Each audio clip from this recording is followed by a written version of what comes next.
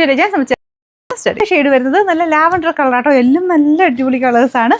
കണ്ട കൊതിയാവും, അത്ര നല്ല കളർ ചാർട്ടാട്ടോ. അപ്പോൾ ഇതിൻ്റെ വർക്ക് കാണാൻ ഭയങ്കര ഫിനിഷിംഗ് ആണ്.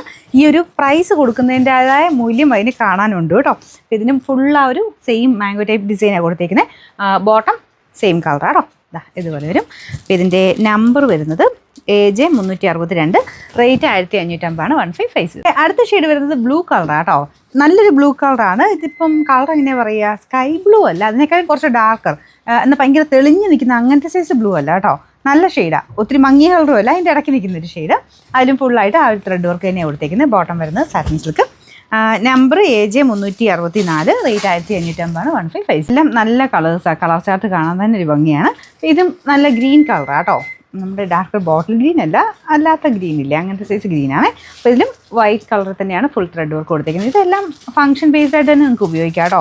മെറ്റീരിയലും കുഴപ്പമില്ല, അത് ഈ പോകുന്ന സൈസ് മെറ്റീരിയലൊന്നും അല്ല, നന്നായിട്ട് ലാസ്റ്റ് ചെയ്യുന്ന ഫാബ്രിക്കാണ്. വാഷ് ചെയ്യാനൊന്നും കുഴപ്പമില്ല കേട്ടോ.